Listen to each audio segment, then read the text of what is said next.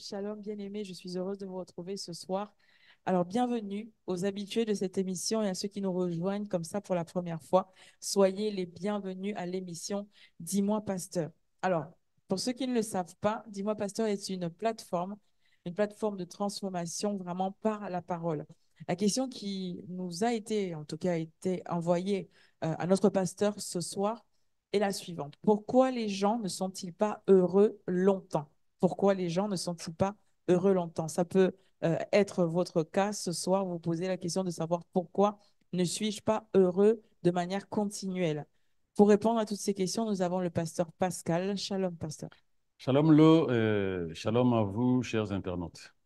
Alors, juste pour commencer, comment peut-on appeler ce sentiment ou cet état, en fait, qui euh, font que les gens, du coup, ont du mal à être heureux de manière stable et permanente?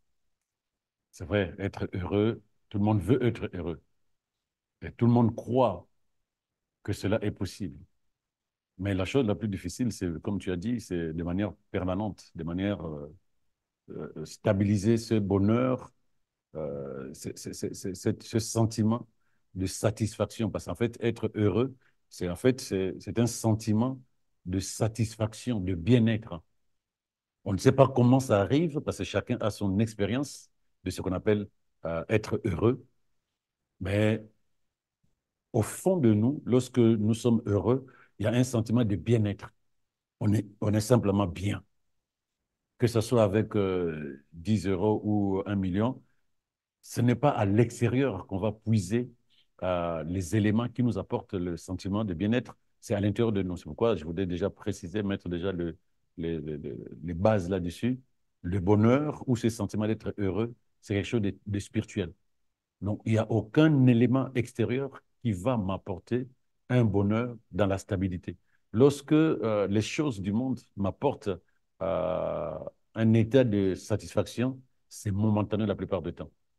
C'est momentané. Donc, comment appeler cela? Mais j'appelle ça simplement, c'est un état d'insatisfaction parce que régulièrement, l'homme qui n'a pas compris que le bonheur est spirituel a tendance à chercher dehors, au travers des êtres humains ou à travers les choses, ce qui peut faire son bonheur à l'intérieur. Donc, forcément, dès le moment où les choses de ce monde, où les hommes qui nous entourent ne sont pas capables de pouvoir remplir notre cœur, régulièrement, on a besoin de quelque chose d'autre. Ça devient comme de la drogue. Donc aujourd'hui, je me dis, donc, un étudiant ou une étudiante qui commence ses études et qui termine ses études en disant, dès que je travaille, je m'achète un appartement, je me marie, j'ai des enfants. Donc en fait, chaque étape de sa vie, la personne s'est dit, je serai heureux, je serai bien, je serai bien. Mais à chaque instant, on réalise finalement que tout ce qu'on pensait être des sources de bonheur ne nous apporte pas forcément le bonheur. Parce que le bonheur n'a jamais été à l'extérieur, mais le bonheur, c'est quelque chose de spirituel. D'accord. Voilà. Euh, Tout à l'heure, vous avez parlé d'un sentiment d'insatisfaction. Tout à Comment fait. expliquer en fait ce sentiment-là? En fait, une personne insatisfaite, c'est quelqu'un qui est incapable de se réjouir de ce qu'il possède, de ce qu'il est. Euh, il passe son temps, en fait, à, à ressasser, à chercher quelque chose d'autre. Donc voilà, comme je l'ai dit tout à l'heure, voilà, tu peux prendre une personne qui travaille, qui a un bon salaire, qui a un appartement, qui a des enfants, qui est marié, mais cette personne ne te dira pas je suis heureux du 1er au 30. Cette personne va se dire il me manque des vacances. Quand il ira en vacances une fois, il va en vacances deux fois, mais il se dit non, je n'ai plus envie d'aller à Narbonne, j'ai envie d'aller à tel endroit. En fait, toutes les choses que la personne a estimées être de source de son bonheur ne seront plus pareilles. C'est comme quand tu achètes une nouvelle voiture. Elle est bien, tu observes et tu te dis c'est top. Mais un an après, tu as besoin d'une autre voiture. Celle-là ne te parle plus de la même manière. La maison, c'est pareil. Le mariage, les enfants. Bref, c'est un état d'insatisfaction. C'est une personne qui est insatisfaite, qui ne se réjouit pas de ce qu'il est ou de ce qu'il possède, qui aspire à autre chose parce qu'il s'est dit, ça lui apporterait davantage de bonheur. Donc, il y a une étape permanente d'insatisfaction et jusqu'à ce que cette personne devienne malheureuse parce que le vrai bonheur, c'est au présent qu'il faut la vivre. Il faut le vivre, pardon. Mais dès le moment où au présent, on ne vit pas le bonheur, on aspire à d'autres choses, qu'est-ce qui se passe? Mais on n'est pas heureux du tout. On est triste, on est malheureux, on est frustré. C'est un état permanent d'insatisfaction, si tu veux, parce qu'on veut autre chose que ce qu'on a et on veut autre chose que ce que l'on est. Et on court derrière quelque chose qui va me donner plus de bonheur, plus de joie. Je serai heureux, je serai meilleur, mais jusqu'à ce qu'on réalise que on tourne en rond, quoi. Parce que ce que je voulais qui m'apporte le bonheur, je le possède, mais je réalise finalement que ça ne m'a pas apporté autant de bonheur que ça. Ça m'a apporté des petits plaisirs, mais à part ça, rien d'autre. Bon, Voilà. justement, c'est quoi exactement, comment est-ce que vous pouvez définir la notion de bonheur? Parce Mhm. que là, par exemple, vous parlez de quelqu'un qui a un bon salaire, qui a des enfants, qui a un mari, Mhm. euh, qui a son appartement. Donc, bref, en fait, qui finalement arrive à avoir tout ce qu'on peut Alors, définir oui, voilà, oui, comme source de bonheur. oui. Finalement, en fait, qu'est-ce que c'est que le bonheur? C'est comme je le disais tout à l'heure, le bonheur, en fait, c'est un état de satisfaction. C'est un état de bien-être. C'est mal compris dans le monde. Parce qu'aujourd'hui, quand on dit, ah non, il est heureux, elle est heureuse, elle vit le bonheur. Mais c'est la personne elle-même, lorsqu'on lui posera la question, est-ce que tu as le bonheur? La personne, ils ne sont pas nombreux ceux qui vont dire, j'ai le bonheur. Souvent, on dit, je suis heureux. Mais 6 mois après revient, la même question pour la même situation, la personne te dira, non, je ne suis pas heureux. Parce que les choses ont changé, les perceptions ont changé. Mais le bonheur, c'est un état de satisfaction intérieure. C'est pourquoi je disais au début, ce n'est pas tributaire, ce n'est pas tributaire, c'est tributaire, ce n'est pas lié à quelque chose que je possède ou à quelque chose que j'ai réussi. Parce que je peux réussir, je suis étudiant, j'ai réussi mes études, j'ai le diplôme, je suis heureux. On va dire, il nage dans le bonheur. Mais quelques mois après, il faut qu'il cherche du travail. Mais tout à l'heure, tu disais, voilà, la personne a la santé, la personne a une maison, la personne a un travail qu'il apprécie, euh, il a un partenaire ou une femme ou un mari, il a des enfants, mais il y a toujours comme un vide à l'intérieur. Parce que le bonheur, ce n'est pas parce que toutes ces choses-là sont là. Il y a toujours un vide à l'intérieur comme un manque permanent. D'autres personnes, par contre, ils sont insatisfaits de ce qu'ils estiment être de besoins matériels ou humains qui vont leur apporter la joie et l'amour, et la joie et le bonheur. Donc ces gens-là, eux, ils sont plutôt derrière euh, des besoins, croyant que ces besoins-là, dès qu'ils vont mettre ça sur la table, ces besoins vont leur apporter le bonheur, si tu veux. D'autres, ce manque à l'intérieur, c'est lié à une insatisfaction basée sur je me, je me sens pas bien, j'ai besoin d'être meilleur. Je suis, euh, je suis assistante dans mon entreprise, j'ai besoin d'être DG. Donc, ça aussi, c'est une insatisfaction, mais dans une sorte d'émulation. J'ai besoin d'être meilleur. Mais cette personne ne sera pas non plus heureuse parce que cette personne ne se suffit pas de ce qu'elle est. Elle a besoin d'avancer, d'être encore au-dessus. Donc, il y a ceux qui sont dans une sorte d'ambition démesurée, qui sont insatisfaits tout le temps de là où ils sont. OK, je suis ici, je veux être là. Je suis là, je veux être là. Je suis ici, je veux être là. Ça, c'est des ambitions, c'est des insatisfactions. Mais d'autres, par contre, ils possèdent tout. Mais à l'intérieur d'eux, ils ne se sentent pas bien. Ils ne se sentent pas bien. Ils sentent comme un vide, comme un manque. Toujours quelque chose qui leur manque. Donc, du coup, qu'est-ce qu'il faut? Ben, écoutez, je dois prendre des vacances. Ils prennent les vacances, ils viennent des vacances, ça s'est bien passé? Oui.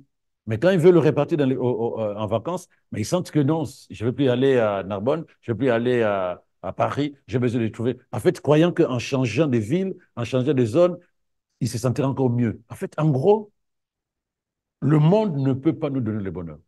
On ne peut pas se sentir heureux en faisant les choses de ce monde. Parce que le bonheur, c'est quelque chose de spirituel. Ça ne peut fonctionner au-dedans de nous que lorsque, à l'intérieur, nous avons développé cette relation avec le monde spirituel de Dieu. À ce moment-là, quel que soit ce que nous aurons dehors, quel que soit ce que nous ferons dehors, nous serons heureux. Nous serons heureux. Nous serons dans le bonheur, si tu veux. Mhm. Tout à l'heure, vous avez parlé de bonheur comme quelque chose de spirituel. Mhm. Donc, je crois que vous allez avoir le temps de nous expliquer Tout à fait. comment, en tout cas, parvenir à ça. Mhm. Là, la question qui suit, c'est comment arriver à être vraiment heureux. Si toutes ces choses-là, finalement, sont éphémères, est-ce que ça ne sert à rien de les avoir? Ouais. Est-ce que, finalement, en fait, il faut rester, voilà, en fait, se suffire, en fait, du peu pour être heureux? Non, on ne se suffit pas du peu pour être heureux.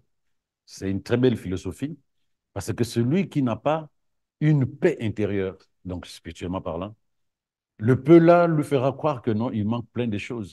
Il va comparer sa vie avec ceux qui ont beaucoup.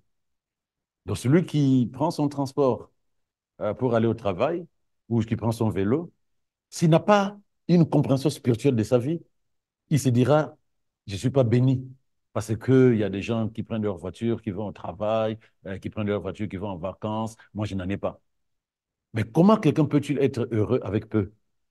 Parce que c'est là où, quand je dis que c'est spirituel, c'est là où beaucoup de gens cherchent ailleurs pour être heureux. Ils cherchent ailleurs. Celui qui a son vélo qui va au travail et qui te regarde dans ta voiture, il est heureux pour toi, mais ça ne le dérange pas. Ça, c'est quelqu'un qui a compris ce qu'on appelle être dans le bonheur. Mais celui qui n'a pas compris cela, qui n'a pas développé cela spirituellement, la vie des autres sera ses aspirations. Il va toujours chercher à faire, à devenir, à posséder ce que les autres ont.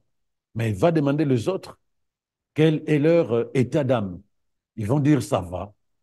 D'autres vont dire non. S'il faut que je reprenne la vie, je chercherai à ne pas posséder ça, à ne pas devenir ceci, à ne pas faire cela.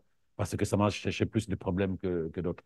Mais par rapport à ce que tu as dit là, euh, c'est le roi Salomon qui a dit quelque chose. Peut-être beaucoup de gens ont déjà lu ces versets, mais sans comprendre, parce que c'est d'actualité par rapport au thème que tu proposes aujourd'hui. C'est Ecclésiaste 2, verset 1 à 11, mais je vais lire ça très rapidement. Je dis à mon cœur, allons, j'éprouverai par la joie et tu goûteras le bonheur. Donc, le roi Salomon dit à son cœur, je veux tout faire pour que tu éprouves le bonheur. Et voici, c'est encore là une vanité. Il a fait. Il dit même, je fais tout ce que mes yeux ont vu sur la terre, mais ça ne m'a rien apporté. Il dit, j'ai résolu à mon cœur de livrer ma chair au vin, tandis que mon cœur me conduirait avec sagesse et de m'attacher à la folie jusqu'à ce que je visse que ce qu'il est bon pour les fils de l'homme de faire sous les yeux pendant le nombre de jours de leur vie. J'ai exécuté des grands ouvrages. Je me bâtis des maisons. Je me plantais de vignes. Je me fis des jardins et des vergers. J'y plantais des arbres de fruits de toutes espèces. Je me créais des étangs pour arroser la forêt et où croissaient des arbres. J'achetais des serviteurs et des servantes. J'eus leurs enfants nés dans la maison. J'ai possédé des troupeaux de bœufs et de brebis, plus que tous ceux qui étaient avant moi dans Jérusalem. Je m'amassais de l'argent et de l'or et les richesses des rois et des provinces. Je me procurais des chanteurs et des chanteuses et les délices de fils de l'homme, des femmes en grand nombre. Alléluia. Je devins grand, plus grand que tous ceux qui étaient avant moi dans Jérusalem. Et même ma sagesse demeura avec moi. Tout ce que mes yeux ont désiré, je ne les en ai point privés. Je n'ai rien refusé à mon cœur, aucune joie, car mon cœur prenait plaisir à tout mon travail. C'est la part qui m'a été revenue. Écoute maintenant. Oui, j'ai considéré tous les ouvrages que mes mains avaient faits et la peine que j'avais prise à les exécuter. Et voici, tout était vanité, poursuite du vent, et il n'y a aucun avantage à tirer de ce que l'on fait sous le soleil. Lui, il avait l'opportunité, il était le roi le plus riche à ce moment-là, le roi le plus sage, il avait l'opportunité de faire tout ce qu'il avait envie de faire pour trouver le bonheur. Mais quand il a fait tout, il s'est réalisé finalement que cela ne lui a pas apporté le bonheur. Mais quand tu lis la suite, il a dit, je me suis retourné vers la sagesse. La sagesse, c'est la parole de Dieu. Donc en gros, posséder le bonheur en faisant tout ce qu'on a sur terre, on aura des moments de bonheur, des moments de plaisir, mais on n'aura pas le bonheur dont tu parlais tout à l'heure au début, le bonheur permanent, le bonheur stable, où tu es heureux de manière permanente. Parce que c'est la question. Pourquoi les gens ne sont pas si heureux de manière permanente? Ils ne sont jamais heureux pendant longtemps. Aujourd'hui, c'est bon, demain, c'est pas bon. Parce que simplement, les choses de ce monde ne peuvent pas remplir le vide spirituel qui est à l'intérieur, qui peut nous apporter le bonheur. Ok, merci. Euh, Qu'est-ce qui peut être un frein au bonheur? Donc, qu'est-ce qui peut nous empêcher d'avoir accès à à ce que vous avez défini tout à l'heure de bonheur? Ben, c'est juste ce manque de sagesse qui amène les gens à penser que le bonheur, c'est posséder. Posséder les gens, posséder les choses. C'est un manque de sagesse. On a envie de faire des choses, de vivre la vie selon les principes de ce monde. Or, le bonheur, je l'ai dit, c'est spirituel. Mais quand tu veux posséder le bonheur avec les principes de ce monde, tu seras un addict. C'est-à-dire que tu seras dans l'addiction. Ça, c'est pas bon. J'échange. Ça, c'est bon. On peut changer de mari, de femmes, de maisons, de villes, de travail. On peut changer tout ce que on pensait qui nous apporte le bonheur. Ça ne nous apportera pas le bonheur. Donc, pour préserver le bonheur, il faut déjà que tu te dises c'est quoi le bonheur pour moi, où je vais trouver le bonheur, pour que tu saches comment garder le bonheur. Le psaume 1, verset 1 à 3, que les gens connaissent bien, il dit heureux, bienheureux, c'est-à-dire que bienheureux, heureux, l'homme qui ne cherche pas de conseils auprès des gens méchants, qui ne s'en va pas flâner sur le sentier des gens de mauvais comportements. C'est une traduction parole vivante. Qui ne va pas s'installer en compagnie des moqueurs. Mais il dit ceci, bienheureux celui qui met sa joie, son bonheur est dans le livre du Seigneur. Son bonheur est dans le livre du Seigneur, c'est-à-dire qu'il trouve son bonheur dans le livre du Seigneur. Mais comment je vais trouver le bonheur dans la Bible? Il dit, il va s'imprégner de ces livres nuit et jour et nuit.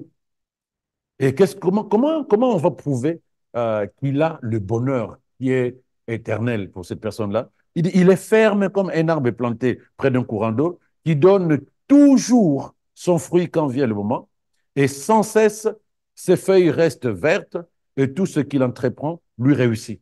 Donc ça, on peut dire que c'est une personne qui est heureuse. On peut dire que c'est quelqu'un qui a le bonheur. Il n'a pas cherché d'abord à posséder les choses de ce monde pour se dire je suis heureux. Il a cherché d'abord à s'imprégner de la parole de Dieu. Et à partir de la parole de Dieu, il a trouvé la sagesse, l'inspiration, la révélation pour faire les choses qui lui apportent la joie, la paix. Personne ne peut se dire, je possédais tout dans ce monde, comme disait Salomon, et j'ai été le plus heureux de la terre parce que j'avais tellement de choses. Je connais des histoires, toi aussi sûrement, de gens qui possédaient tellement de choses, mais qui n'ont jamais été heureux. Quelqu'un peut posséder toutes les maisons de Toulouse. Quelqu'un peut, comme Salomon, peut posséder toutes les femmes et toutes les concubines, 700 femmes et 300 concubines, toute la sagesse du monde, toute l'or de la terre. Il n'a jamais été heureux. Preuve, il a perdu sa foi vers la fin parce qu'il est rentré dans la foi païenne de ces femmes païennes.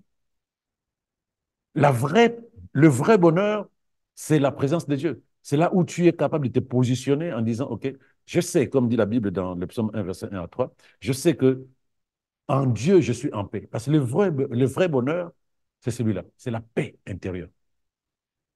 Rien ne t'apportera la paix si tu n'es pas en paix avec Dieu. Rien ne peut apporter la paix, c'est-à-dire que le bonheur, je me sens bien, je n'ai pas besoin de milliards, si Dieu m'en donne, gloire à Dieu. Celui qui mange une boîte de sardines avec du pain et celui qui mange un bœuf bourguignon avec 10 000 servantes et servantes qui le servent, celui qui mange son pain avec de la sardine peut être plus heureux que celui qui mange euh, euh, servi par une foule de serviteurs et de servantes. C'est un état intérieur, en fait. Ce que je suis peut m'apporter de la joie, du bonheur. Ce que je possède peut m'apporter de la joie, du bonheur. C'est moi qui dois décider que c'est ça mon bonheur, pas parce que c'est ce que je voulais, non, parce que c'est ce que j'ai aujourd'hui, et pas que je m'en contente, mais je me réjouis de ce que je suis aujourd'hui, je me réjouis de ce que je possède aujourd'hui, et puisque le bonheur, c'est au présent, le bonheur, c'est au présent, et puisqu'au présent, j'ai ce dont j'ai besoin, j'ai mangé, j'étais au travail, je suis rentré, je suis en bonne santé, j'ai médité, le Seigneur a parlé à mon âme, mais qu'est-ce que je cherchais d'autre? Qu'est-ce que je cherchais d'autre?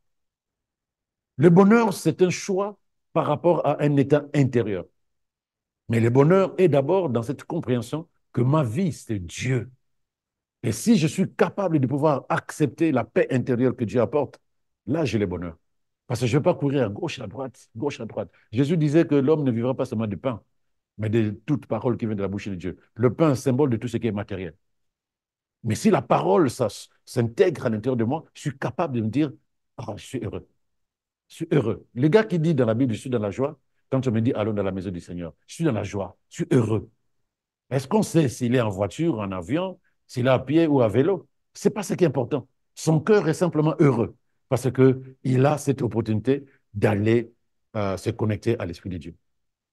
Voilà. Par exemple, là, vous venez de parler en fait de quelqu'un qui, en tout cas, met sa confiance en Dieu Mhm. et qui décide d'être heureux. Mais comment expliquer qu'à certains moments, donc du coup là, on parle bien essentiellement Mhm. de chrétiens, en fait, des personnes qui euh, vraiment se disent, là, je suis heureux, le Seigneur est tout pour moi, il est mon berger, je ne manque de rien, et qui, en fait, finalement, à d'autres moments, se sentent misérables, se sentent mal à l'aise, se sentent euh, seuls, se sentent vraiment comme dépourvus de tout, en fait, finalement. Bref, pas heureux. Pas heureux, finalement. Ouais. Tu as dit se sente, se sente, se sente, se sente. C'est sentir, c'est une impression intérieure. Basée sur quoi? Sur le bon trésor, sur le mauvais trésor. Parce que la Bible dit, l'homme bon tire du bien, du bon trésor de son cœur. Et l'homme mauvais tire du mauvais trésor de son cœur. Pourquoi je me sens seul? Là où Dieu dit, je ne t'abandonnerai pas, je ne te laisserai point. Pourquoi je sens qu'il y a quelque chose qui me manque? Là où Dieu dit que tu possèdes tout que je possède tout en Jésus, que je suis béni en Jésus, que je suis enfant de Dieu. En fait, comment je comprends ma relation spirituelle avec Dieu? Pourquoi je pense que pour être bien, parce que c'est ça le problème des chrétiens aujourd'hui. Le chrétien, qu'est-ce qu'il voit? Le Seigneur est là, le Seigneur est mon berger, je ne manquerai de rien, mais entre-temps, il a tant possédé, puisque je ne manquerai de rien, signifie que je posséderai tout. Il a tant tout possédé, derrière cette promesse divine, que le Seigneur est mon berger, je ne manquerai de rien. Il a tant tout possédé, selon les principes de ce monde. Et c'est là où il se dira, Dieu m'a béni, j'ai le bonheur divin, et je suis heureux, je suis bien. Or, le bonheur avec Dieu, avec ou sans ce que tu attends, parce que Dieu dit, ne vous inquiétez de rien. Avant même de commencer à prier, commence à ne pas t'inquiéter. T'inquiéter signifie que tu doutes de moi, ton Créateur. T'inquiéter signifie que tu ne crois pas en la parole que j'ai laissée, qui te dit que tu possèdes tout. T'inquiéter signifie que tu ne comprends pas que ta vie est dans ma parole. Et que lorsque tu mets en pratique les principes et les lois qui régissent ma parole, tu seras le plus heureux. Comme ce verset de Psaume 1, verset 1 à 3, qui trouve son plaisir dans la loi de l'Éternel, qui trouve son bonheur dans la loi dans la parole de Dieu. Tout ce qu'il fait lui réussit. Donc forcément, ce type-là, tu lui poses la question, est-ce que tu es heureux? Il dira oui. Comment tu fais pour être heureux? Je passe mon temps à inonder mon esprit de la parole de Dieu. Cela t'amène à ne plus t'inquiéter. Cela t'amène à ne plus regarder ta vie par rapport aux principes du monde. Cela t'amène à ne pas penser que quand tu vas posséder les choses du monde, tu seras heureux. Mais tu seras heureux parce que simplement à l'intérieur de toi, je ne m'inquiète plus. Je suis en paix. Justement, pasteur, comment arriver en fait à cet état? Parce que là, vous le dites, Oui. ça semble facile, Mhm. ça a l'air de se faire en fait comme ça. Oui. Comment en fait quelqu'un qui sait très bien qu'il y a la parole de Dieu qui est là, qui a Dieu qui a dit qu'il a tout disposé dans sa parole pour nous, il dit justement, je ne te délaisserai jamais, Mhm. je ne t'abandonnerai jamais. Comment quelqu'un en fait qui sait très bien qu'il y a voilà, la parole de Dieu qui est là à disposition, Mhm. euh, comment l'aider en fait finalement à faire fi, à faire à ne plus regarder en fait aux situations, à cet état-là de manque, de solitude, Mhm. d'impression en fait d'être complètement lésé, abandonné. Bref, c'est comment en fait passer au-dessus de cet état intérieur-là. C'est là où la foi prend place. La foi, c'est cette conviction que le monde est spirituel, que ma vie est spirituelle. Et qu'à partir de cette réalité, ça ne doit pas être une information. Ça doit être une conscience, une conviction. quand j'accepte que ma vie est d'abord spirituelle, je dois apprendre à vivre ma vie de manière spirituelle. Je dois accepter que ceux qui ont possédé ce que j'attends, moi, croyant que c'est ça qui va m'apporter le bonheur, ces gens-là, s'ils sont honnêtes, ils me diront, c'est pas forcément là-bas que tu trouveras ton bonheur. Tu vois, il y a une phrase qu'on dit, l'argent ne fait pas les bonheurs. Dis ça à un pauvre qui n'a pas d'argent.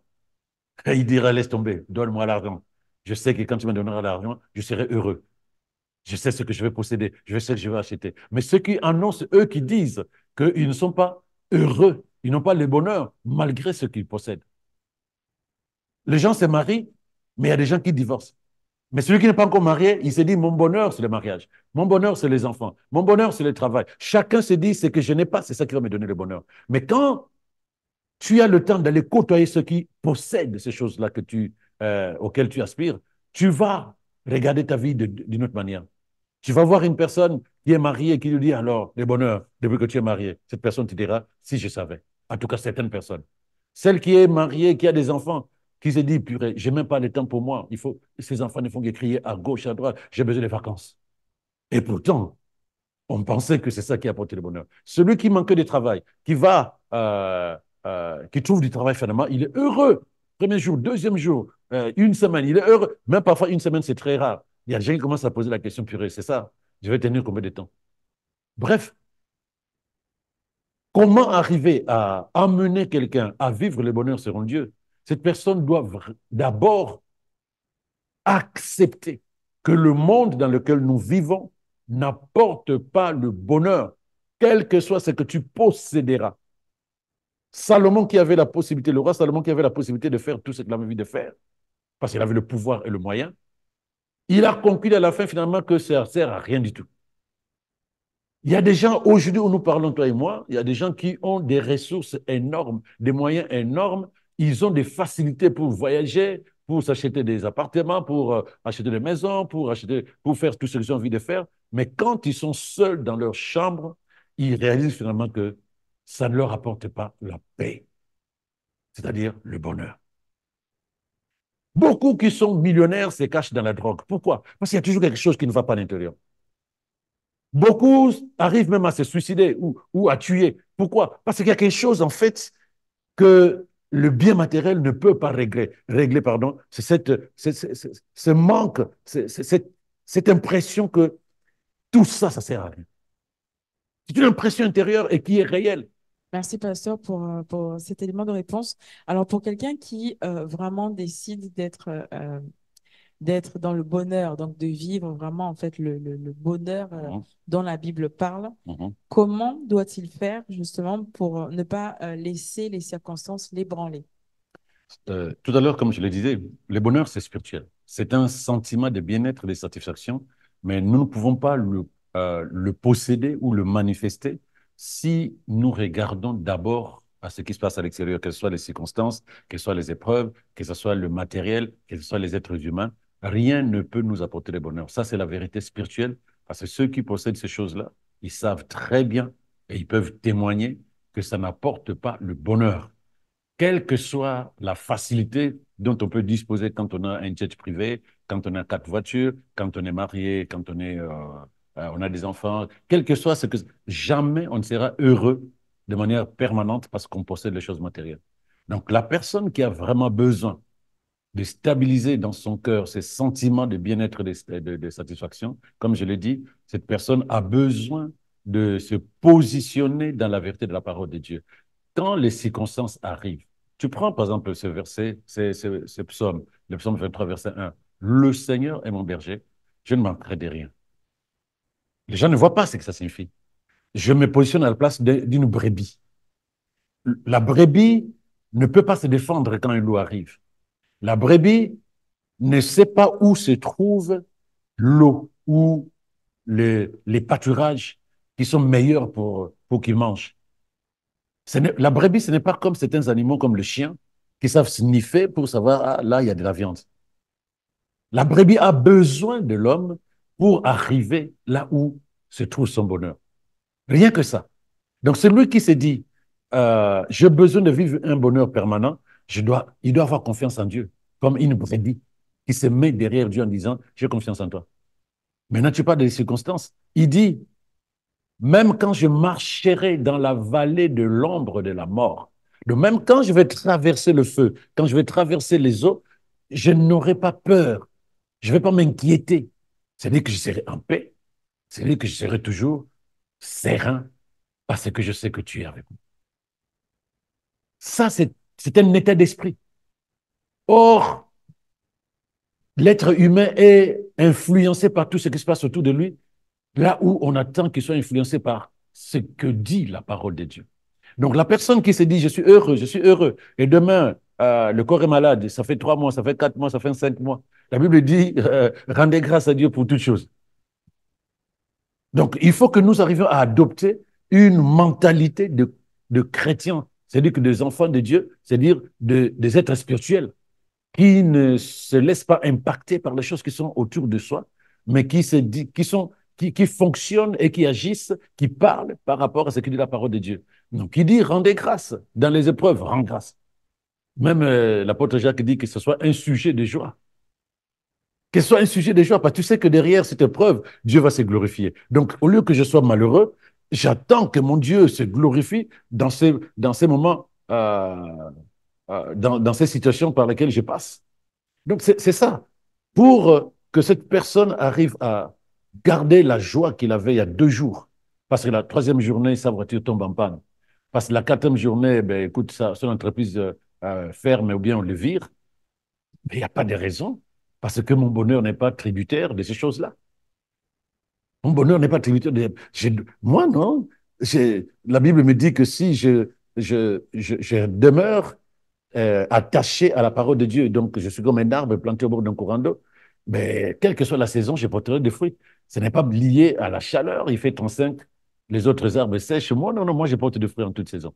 Et tout ce que je fais réussit. Parce que euh, ma vie est liée à la vérité de la parole de Dieu et non pas aux paramètres extérieurs. Voilà. Merci, pasteur, pour toutes ces réponses Mhm. qui, je crois, de toute façon, derrière votre écran, vous ont fait du bien et vous ont permis de comprendre sur ce sujet. Pasteur, nous arrivons à la fin. Donc, pour revenir à la question qui vous a été envoyée, en fait, qui nous a été envoyée et qui s'adresse à vous, Mhm. pourquoi les gens ne sont-ils pas heureux longtemps? Qu'est-ce que vous pouvez répondre de manière concrète vraiment à toutes ces personnes qui se sentent concernées par rapport à ce sujet?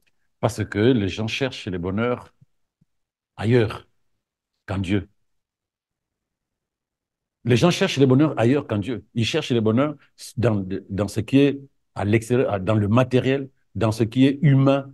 Et c'est là où ils essaient de trouver leur bonheur. Et dès le moment où ces choses-là sont périssables, ces choses-là ne peuvent pas apporter le bonheur. La Bible parle de le psaume 23, verset 6, il dit, le bonheur et la grâce m'accompagneront. Le bonheur est dans la parole de Dieu. Le bonheur est en Dieu. C'est lui le Dieu bon qui donne le bonheur. C'est lui dont la bonté est renouvelée chaque matin. Bon bonheur, bonté. Ces choses-là n'existent pas hors de Dieu. Donc lorsque on est heureux parce qu'on a mangé, on est heureux. Non, on est satisfait. Lorsque on se sent bien parce qu'on a acheté une voiture, on est satisfait. Mais on n'est pas heureux pour autant. Parce que le vrai bonheur, donc être heureux, le vrai bonheur, on ne peut l'avoir que lorsque on a la paix de Dieu. Les choses qu'on veut posséder ne nous apportent pas la paix. Ça nous apporte un contentement. On est content, mais on n'est pas heureux. C'est 2 mots différents. Ça t'apporte un contentement. Tu as fait ceci, tu es content. Tu étais en voyage, tu es content. Tu as acheté un appartement, tu es content. On t'a apporté un chèque de 1 000 euros, tu es content. Mais ce n'est pas le bonheur pour autant, parce que juste après, tu réalises qu'il y a d'autres besoins qui vont se mettre en place. Tu réalises finalement que ce que tu pensais être ton bonheur, la voiture en question tombe en panne, et même si c'est pas ton tombe en panne, tu commences à envier les voitures des autres, parce que la tienne, tu la trouves vieille de 15 ans, de 20 ans, de 30 ans. Bref, tant qu'on n'est pas conscient que le bonheur est spirituel et que nous devons aller puiser dans la parole, Psaume 1, verset 1 à 3, nous ne serons jamais heureux longtemps. Nous aurons le contentement Parce que nous aurons possédé quelque chose comme, ah oui, un enfant à qui on donne des bonbons, il est content, mais tu le verras que dans 3, 4 jours, 3, 4 heures, cet enfant a besoin de biscuits. Voilà, c'est ça.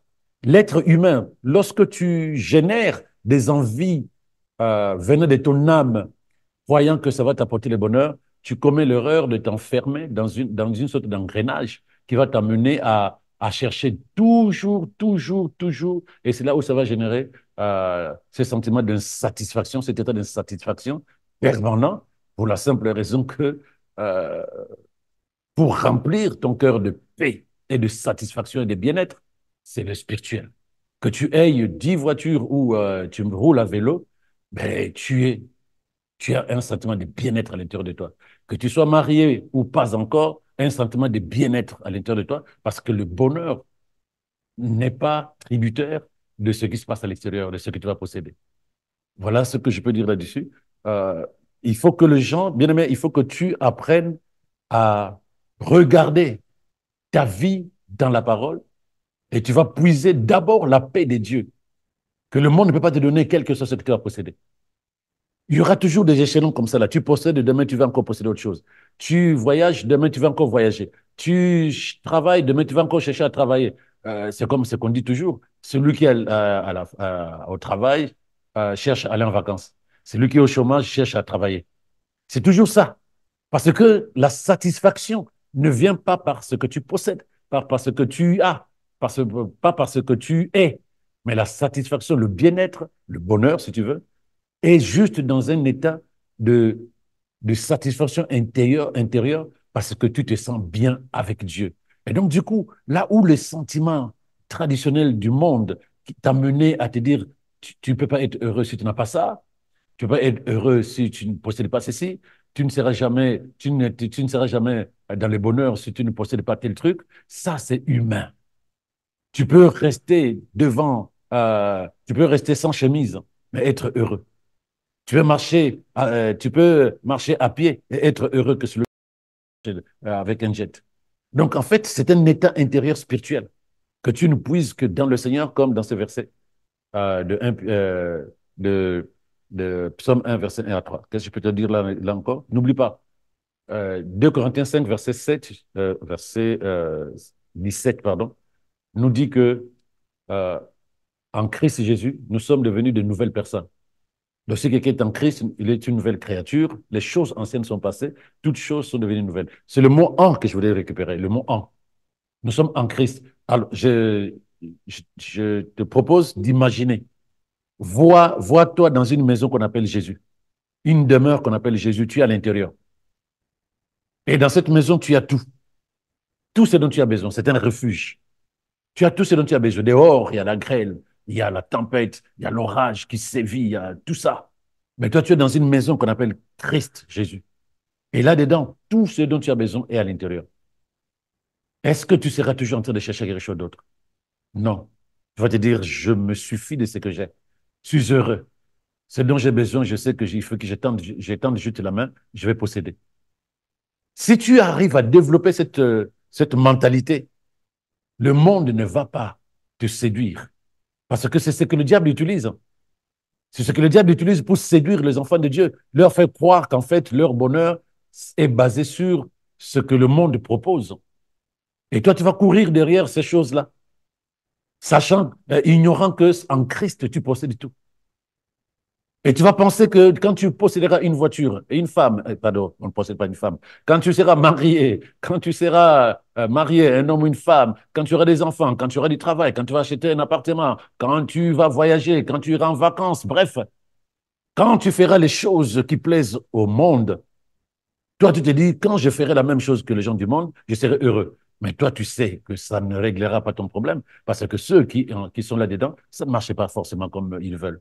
Il y a ceux qui se suicident, il y a ceux qui se droguent, il y a ceux qui comprennent même pas ce qui se dit, il y a ceux qui deviennent fous pour la simple raison que ce n'est pas comme ça que le monde, que Dieu, que tu auras le bonheur. Le bonheur est en Dieu, le bonheur est dans sa parole. Donc, garde cela en esprit. Ta vie est en Christ où tu as tout et il te donne la paix. Tu n'as pas besoin de te comme il dit dans le Philippiens 4, verset 6, ne t'inquiète pas. Parce que ce qui amène les gens à courir à gauche, à droite, c'est l'inquiétude de manquer. Toi, tu ne manques pas. Le Seigneur est ton berger, tu ne manques pas. Repose-toi sur lui. Fais-lui confiance. Fais-lui confiance. Donc, comme je disais tout à l'heure, mets-toi à la place d'une brebis. Ne crois pas que tu es meilleur. Ne crois pas que tu vas t'en sortir seul. Tu vas souffrir pour rien parce que tu vas courir derrière les choses que tu possèdes déjà. Positionne-toi en Christ. Tu vois, il y a une phrase que je me dis souvent moi-même. Je vais te le dire, je vais te la donner. Tu dis simplement, ma foi est à l'œuvre. Ma foi est à l'œuvre. Je vis une vie de satisfaction et d'épanouissement total. Ma foi est à l'œuvre. Je vis une vie de satisfaction et d'épanouissement total. Chaque fois, tu te le répètes. Pourquoi ta foi doit être à l'œuvre? Parce que tout est en Christ. Tu ne doutes pas de ce que Dieu a dit. Et ta foi qui est à l'œuvre, ta foi actionne dans le monde invisible ce dont tu as besoin. Mais la première des choses que ta foi met en place, c'est d'abord cette sérénité, cette paix intérieure. Donc voilà comment tu peux vivre un bonheur qui dure. Parce que ça vient de quelqu'un qui est éternel et tout ce qu'il donne est éternel. Le bonheur qui dure vient de Dieu bien-aimé. Garde ça dans ton cœur et que tu vives une satisfaction et un épanouissement permanent et total au nom de Jésus. C'est ma prière pour toi. Cale-toi sur la parole de Dieu, comme dit le psaume 1, verset 1 à 3. Voilà. Merci, pasteur, pour tout ce qui a été dit sur ce plateau. Et je crois que derrière, vous avez été également bénis par rapport à ces réponses qui nous permettent aujourd'hui de concentrer, de recentrer le bonheur sur la parole de Dieu. Alors, je vous souhaite de passer une excellente soirée. Vous avez l'opportunité, la possibilité de partager. Si vous avez été béni, partagez également pour bénir un maximum de personnes. Je vous dis shalom, shalom et à la semaine prochaine.